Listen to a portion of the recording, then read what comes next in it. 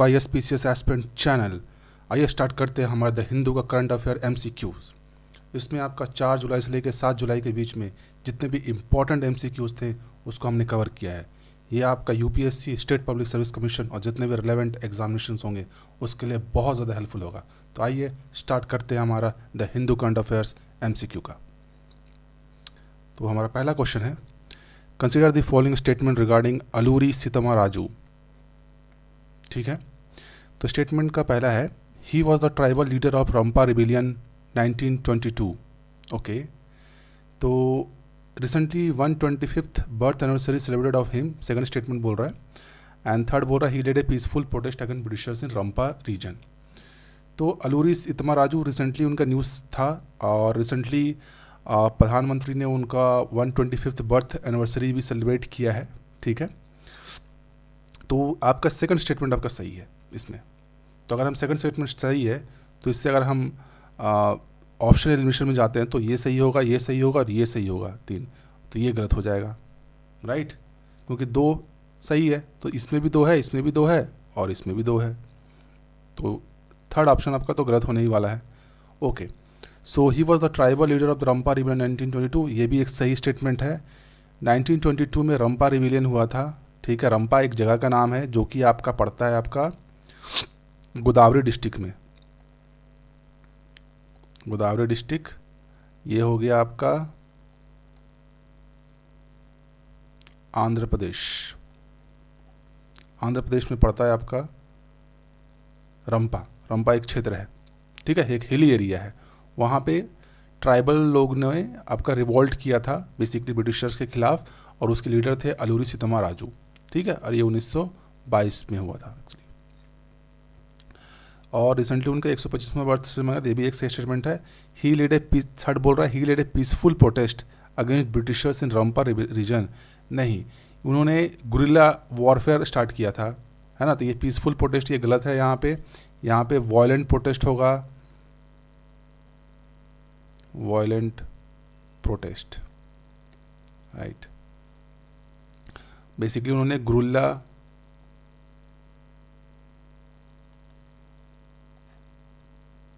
Guerrilla campaigning किया था उन्होंने। ठीक है, तो ये स्टेटमेंट भी आपका गलत है। तो थर्ड आपका गलत है, थर्ड आपका गलत हो गया, तो थर्ड गलत, यहाँ भी गलत, यहाँ भी गलत, राइट। तो 1 और 2 सही है, तो यहाँ भी 1 और 2 सही होगा।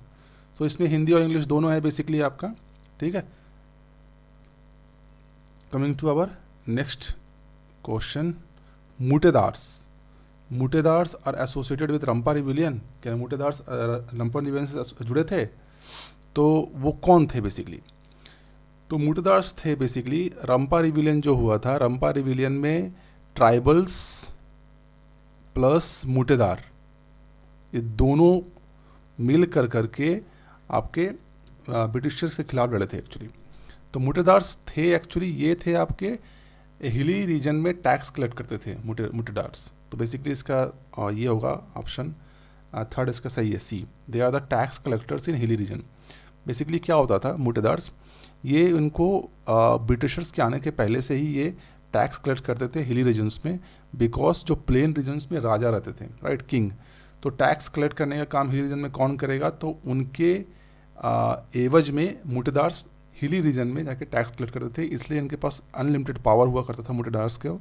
ठीक है, तो मुटेदार्स और ट्राइबल्स में बेसिकली, है ना, मुटेदार्स और ट्राइबल्स के बीच में हमेशा एक रिवॉल्ट रहता था। लेकिन ब्रिटिशर्स के आने के बाद क्या हुआ कि मुटेदार्स का जो हेरिडिटरी पावर्स था वो ब्रिटिशर्स ने छीन लिया। तो उसके छीनने के कारण क्या हुआ, कुछ मुटेदार्स ट्राइबल के साथ मिलकर के ब्रिटिशर के खिलाफ, है ना, विद्रोह कर दिए। और उसके नेता कौन बना? अलूरी सीतमा राजू। ठीक है, तो बहुत ज़्यादा इंपॉर्टेंट है अलूरी सीतमा राजू। ये ट्राइबल रिवॉल्ट उन्होंने किया था, तो that's why it's also important. And muttadars are the tax collectors in hilly region. सो वो पहाड़ी क्षेत्र के कर संग रहता है, right. C is the correct answer. Coming to question number 3, consider the following statements regarding national investigation agency. ठीक है, राष्ट्रीय जांच एजेंसी, है ना, अभी रिसेंटली आपका न्यूज़ में चल रहा है राष्ट्रीय जांच एजेंसी। ठीक है, तो उसके बारे में है। तो पहला स्टेटमेंट क्या बोलता है कि NIA को कॉन्स्टिट्यूट किया गया था in the wake of 26/11 Mumbai attack. क्या एनआईए जो बना 26/11 मुंबई अटैक के बाद बना? तो ये एक करेक्ट स्टेटमेंट है, ठीक है। जब 26/11 मुंबई अटैक हुआ था तो उसके बाद एनआईए का गठन किया गया था, तो ये करेक्ट स्टेटमेंट है। It can investigate any cases which related to sovereignty and security of the country. यह देश की संप्रभुता और सुरक्षा से संबंधित किसी भी मामले की जांच कर सकता है।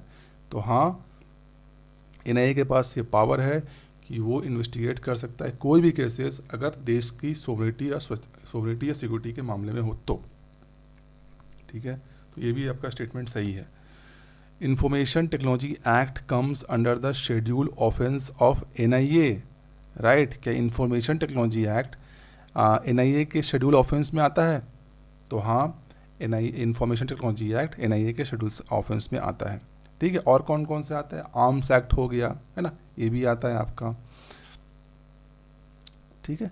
तो ये तीनों स्टेटमेंट आपका सही है, that's why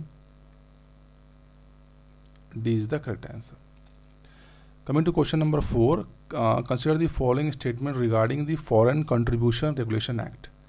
Foreign Contribution Regulation Act recently news में था, right.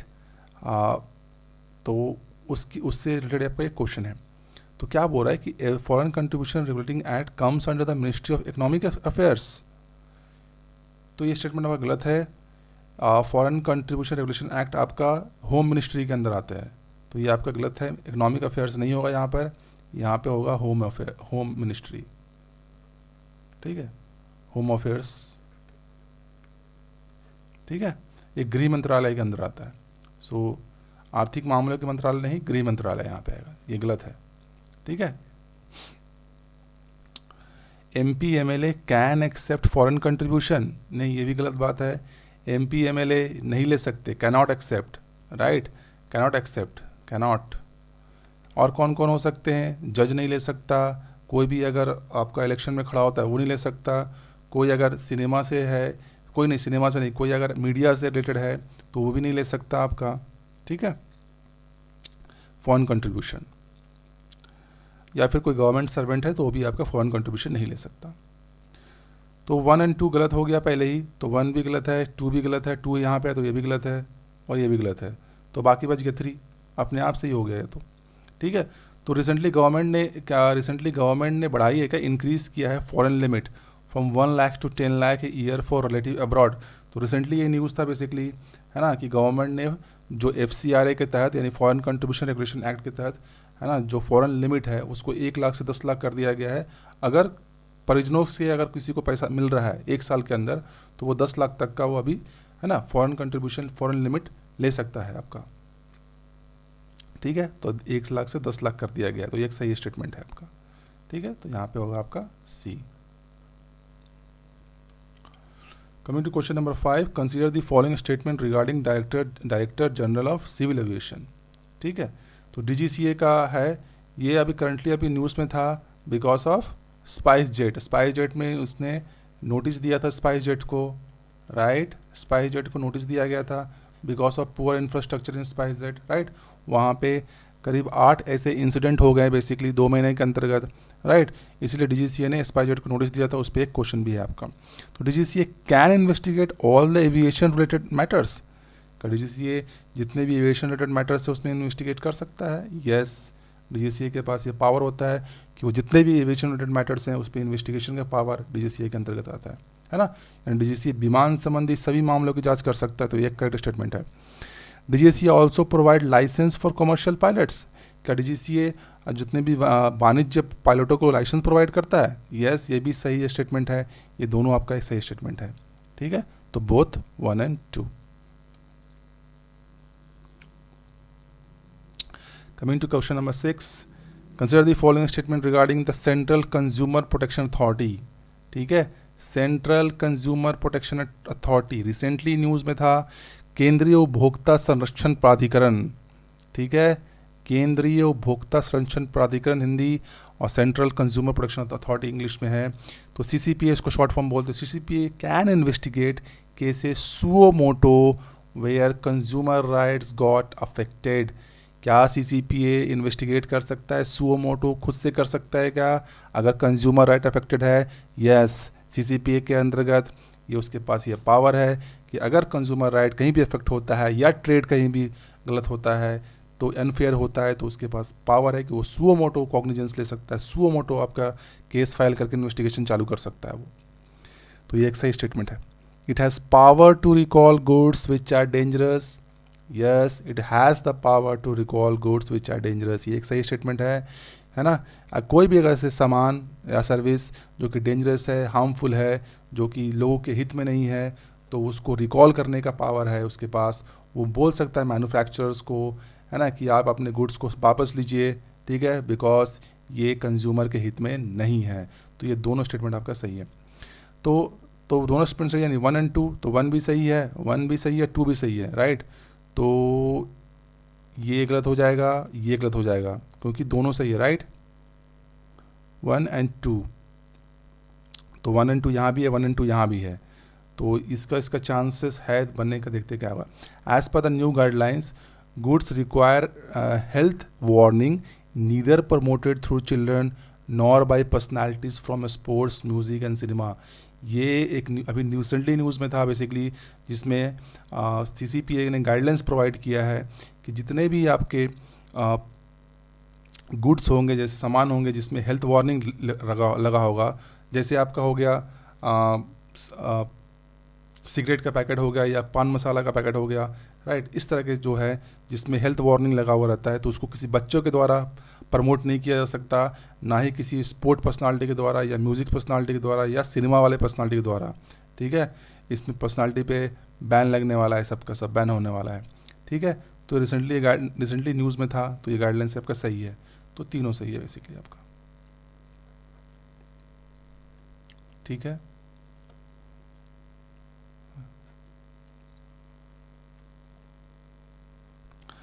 Coming to question number 7, consider the following statements. Minimum support price MSP हमेशा न्यूज़ में रहता है, MSP has backed by law and mandatory given to farmers।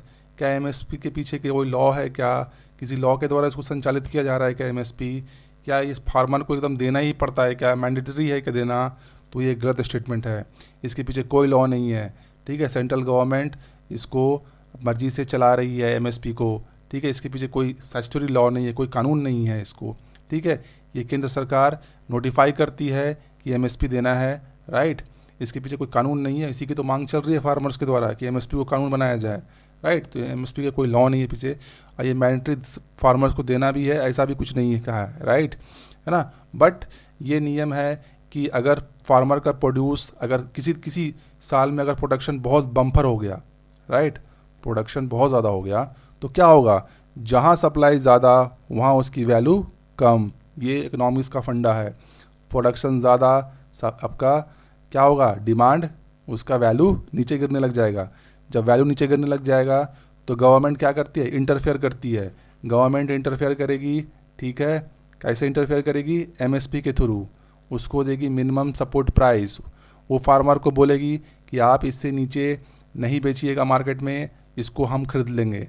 तो कौन खरीद लेता है, food corporation of India. Food corporation of India by यहाँ से सब खरीद लेता है उस फार्मर से, है ना। उसी को फिर आपको, है ना, पब्लिक डिस्ट्रीब्यूशन सिस्टम के थ्रू, राइट, PDS के थ्रू आपको 2 रुपये 3 रुपये में, है ना, जो आपको चावल गेहूँ मिलता है, इसी के थ्रू मिलता है। फूड कॉरपोरेशन ऑफ इंडिया जो खरीदता है उसी को फिर वो पब्लिक डिस्ट्रीब्यूशन सिस्टम के थ्रू सब लोगों को बांटता भी है, फिर जो भी बेनिफिशरीज होगा, राइट, जो BPL है, BPL के अंतर्गत आते हैं उनको। तो वही बोल रहा हूँ कि MSP क्या होता है। MSP बेसिकली क्या है, इंटरफेयर करता है गवर्नमेंट, है ना।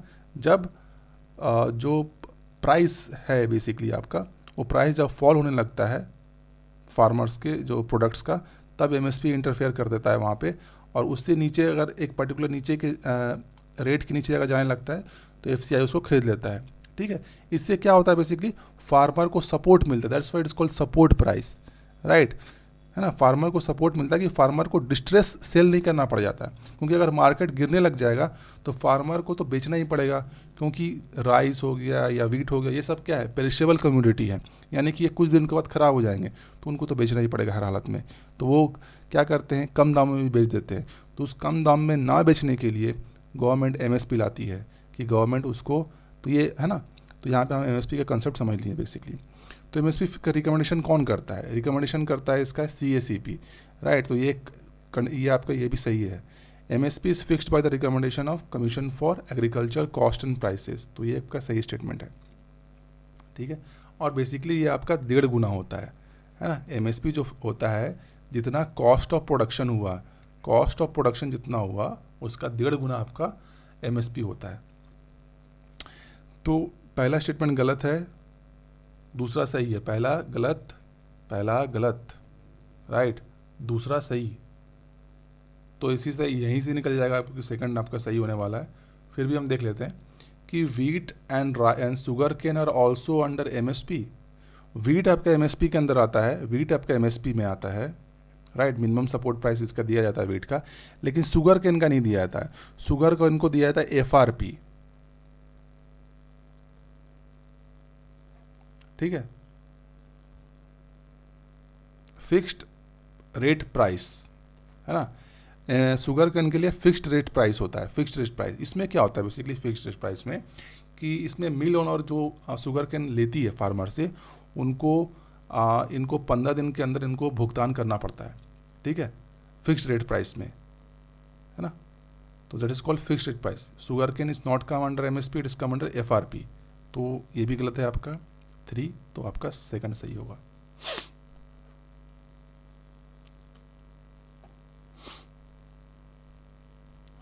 Question number 8, consider the following statement regarding POCSO act. ये भी आपका न्यूज़ में था कि पॉक्सो एक्ट क्या है। पॉक्सो का फुल फॉर्म होता है प्रिवेंशन ऑफ चिल्ड्रन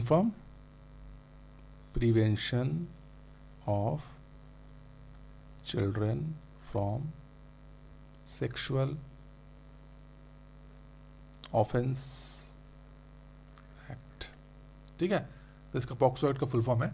तो ये क्या बोलता है, पहला स्टेटमेंट क्या बोलता है, it defines a child as any person below 18 years of age. Obviously POCSO act में है ये कि जो भी 18 साल से नीचे जितने भी पर्सन होंगे उसको चाइल्ड घोषित करेगा। तो ये आपका सही स्टेटमेंट है। It address the sexual abuse to girl child only, right. जब भी ओनली दिखे तो आप सतर्क हो जाइए। It address to sexual abuse to girl child only. क्या ये सिर्फ एक्ट बनेगा तो सिर्फ गर्ल चाइल्ड के लिए बनेगा, और बॉय हो गए या फिर कोई डिफरेंट हो गए, ठीक है ना, ट्रांसजेंडर हो गए, क्या उनके लिए नहीं बनेगा? ऐसा हो सकता है क्या?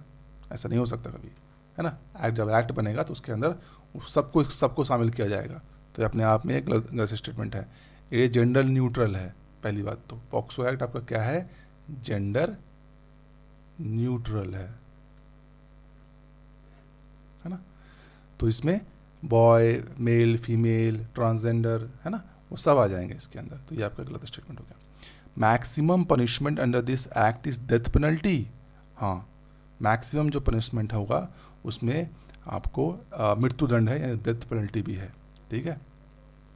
जब आप एग्रावेटेड, यानी अगर कोई अगर एग्रावेटेड यानी कि संगीन, एग्रावेटेड पेनिट्रेशन करता है, ठीक है, यानी संगीन पेनिट्रेशन करता है ना पॉक्सो एक्ट के तहत, तब ऐसे अपराधी को, है ना, आपको मृत्युदंड देने का भी प्रावधान है। तो 1 and 3 is right, second is wrong, second is wrong, second is wrong, and 1 and 3 is right. तो सी आपका सही होगा। Consider the following statements in MSME। MSME का मतलब होता है माइक्रो स्मॉल मीडियम एंटरप्राइज, है ना, माइक्रो स्मॉल मीडियम एंटरप्राइज। तो इसमें बोल रहा है, स्टेटमेंट क्या हो रहा है, micro enterprise are those whose investment are less than 1 lakh and turnover are less than 5 lakh. ठीक है। तो MSME जो होता है, इसमें MSME जो माइक्रो होता है, micro basically less than 1 crore होता है, नॉट लाख।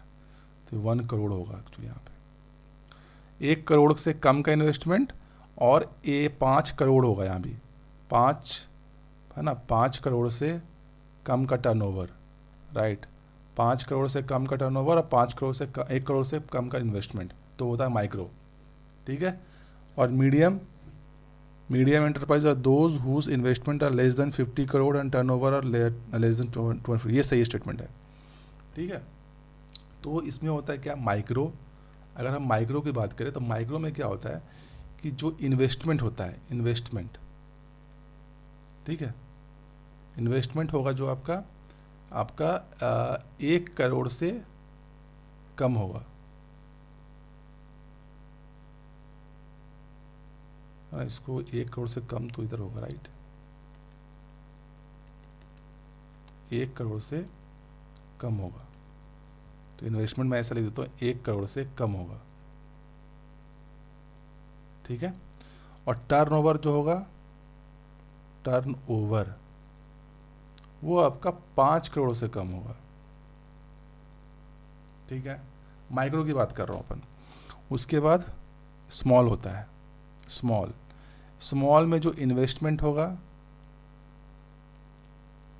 उसमें वो 5 करोड़ से कम होगा,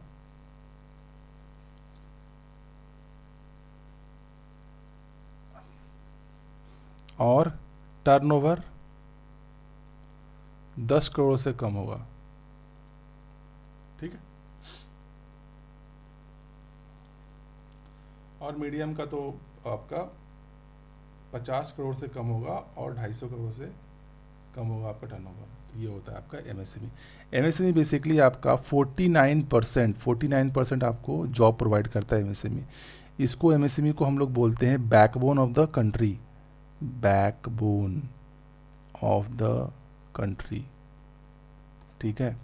ये रीढ़ का हड्डी है आपका एमएसएमई, ठीक है। तो इसमें कौन कौन सही था, नीचे का ये वाला सेकंड सही है, राइट, फर्स्ट गलत है तो सेकंड सही है, बी सही होगा, तो B is right. Question number 10, consider the following with regard to the Agnipath scheme. ये बहुत न्यूज़ में है तो इसको जान लेते हैं। It is the only channel to enter in the military for below commission officer. Yes, it is the only channel. इसमें आपको एयरफोर्स है ना, आर्मी, नेवी प्लस एयरफोर्स, तीनों के लिए है एकमात्र चैनल है जो बिलो कमीशन ऑफिसर्स होते हैं, यानी है ना कमीशन ऑफिसर्स के नीचे वाले जो पद होते हैं उसमें आपको इसी चैनल से जाया जाएगा, अग्निपथ से, ठीक है। तो पहला स्टेटमेंट आपका सही है।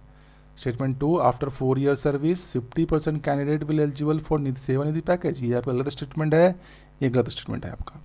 यहाँ पे 75 होगा, 75% कैंडिडेट होंगे जो सेवानिधि पैकेज के तहत उनको 11.71 लाख मिलेगा एक वन टाइम, और उनको कोई पेंशन नहीं मिलने वाला, कोई पेंशन नहीं मिलेगा उनको, नो पेंशन, राइट।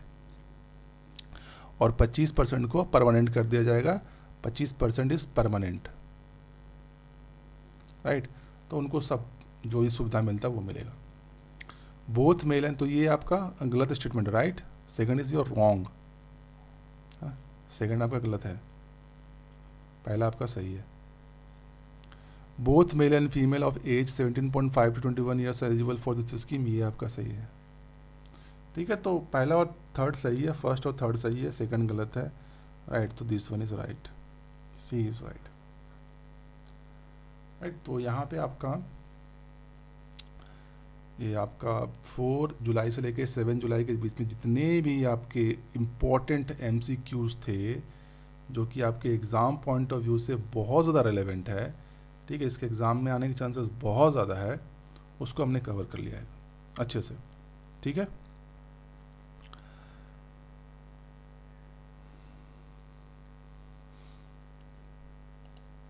ठीक है, तो आपको अगर ये वीडियो बहुत अच्छा लगा हो तो उसको लाइक कीजिए और दोस्तों के साथ अपना शेयर कीजिए, राइट। और अगर चैनल पे नए हैं तो सब्सक्राइब कीजिए। तो मिलते हैं नेक्स्ट वीडियो में नेक्स्ट टॉपिक्स के साथ, राइट। तभी के लिए थैंक यू, धन्यवाद, जय हिंद।